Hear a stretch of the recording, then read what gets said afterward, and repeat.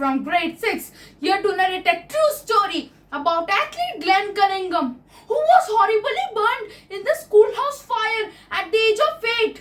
But through his sheer determination, he achieved a lot in his life. Doctors predicted he would never walk again. Determined to walk, Glenn would throw himself off his wheelchair and pull his body across the yard and along a fence. 22 months later, he took his first steps and through sheer determination learned to run despite the pain. The little country schoolhouse was heated by an old-fashioned pot-bellied coal stove. A little boy had the job of coming to school early each day to start the fire and warm the room before his teacher and his classmates arrived. One morning, they arrived to find the schoolhouse engulfed in flames. They dragged the unconscious little boy out of the flaming building, more dead than alive. He had major burns over the lower part of his body and was taken to a nearby county hospital.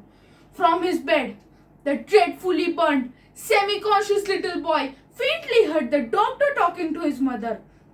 The doctor told his mother that her son would surely die, which was for the best. Really, for the terrible fire had devastated the lower part of his body.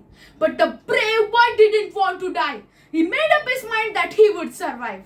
Somehow, to the amazement of the physician, he did survive.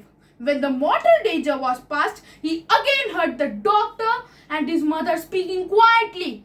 The mother was told that since the fire had destroyed so much flesh in the lower part of his body, it would be almost better if he had died, since he was doomed to be a lifetime cripple with no use of his lower limbs. Once more, the brave boy made up his mind that he would not be a cripple. He would walk. But unfortunately, from the waist down, he had no motor ability. His thin legs just dangled there, all but lifeless. Ultimately, he was released from the hospital. Every day, his mother would massage his little legs. But there was no feeling, no control, nothing. Yet, his determination that he would walk was as strong as ever. When he wasn't in bed, he was confined to a wheelchair. One sunny day, his mother wheeled him into the yard to get some fresh air. But this day, instead of sitting there, he threw himself from the chair. He pulled his body across the grass, dragging his legs behind him. He worked his way to the white picket fence bordering their lot. With his great effort, he raised himself upon the fence. Then, stake by stake, he began dragging himself along the fence, resolved that he would walk.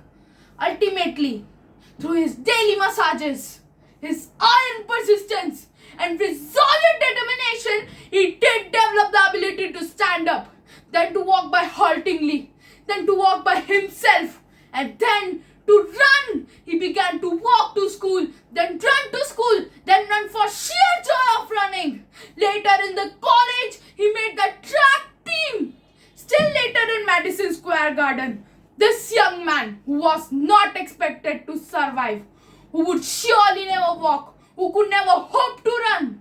This determined young man, Dr. Glenn Cunningham, ran the world's fastest mile. On June 16, 1934, Glenn Cunningham ran the mile in 4 minutes 6.8 seconds, breaking the world's record. His effort portrays that whatever you want to create in your life is yours for the making. As long as you desire it enough and allow your will to guide you, you can have and be whatever your heart desires. The only one that can put limits on our personal will is ourselves. Develop and encourage your will